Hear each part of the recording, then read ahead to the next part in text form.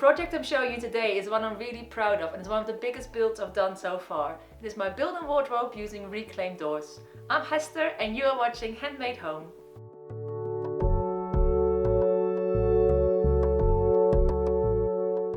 We needed storage in our bedroom, and unfortunately because of the restricted ceiling heights I couldn't use our old wardrobe, so I decided to turn one of the walls completely into a built-in wardrobe. And I filmed this tutorial over a couple of weeks because every evening or day off I spent upstairs building this wardrobe. It's been finished for a little bit now, but I wait just for the right moment to showing you my big build. So have a look and see how you can build your own amazing wardrobe.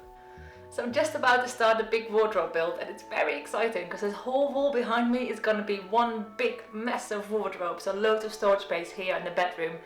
And even though it's going to be a big build, I made it easy for myself because I'm using the Ikea Ivar shelving unit range, which is really easy to assemble, and because of the slanting roof it's easy to adapt as well because it's just made of timber and I can saw it to size. So I've just put the first two stands in place and I anchored them to the wall. As the doors are going to attach to the front are quite heavy, you don't want the whole wardrobe to topple over.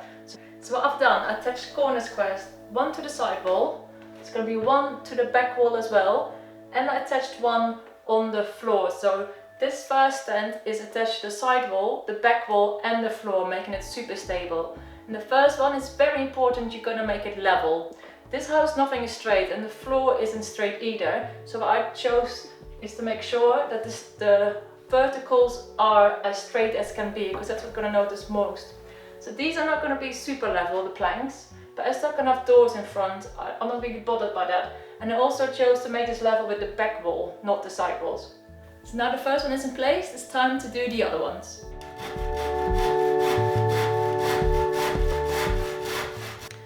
So all the stands are up and they're anchored to the wall and to the floor, making for a really nice and sturdy structure. Now I'm just going to play around with the shelves, making a nice configuration of my wardrobe.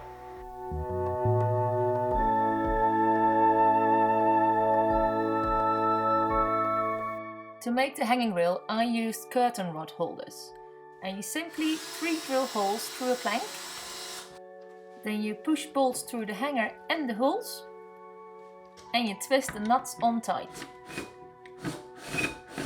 And then slide the rod in place. I used a telescopic rod you can adjust in length.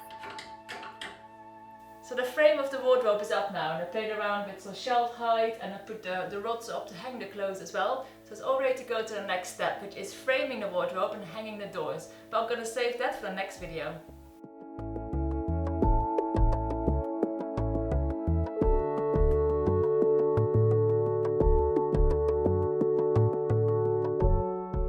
I hope you enjoyed this part 1 of my wardrobe build, and part 2 will be online next week. I was afraid the video is getting a bit too long if I showed you everything in one go, so I cut up in 2 sections, but please tune in next week for part 2 of my wardrobe build, and you can see how you can use reclaimed doors to make this wardrobe look amazing. And if you want more interior tips for your home, have a look on my website. Hester'sHandmadeHome.com is full of DIY tips for your home. I'll see you next week.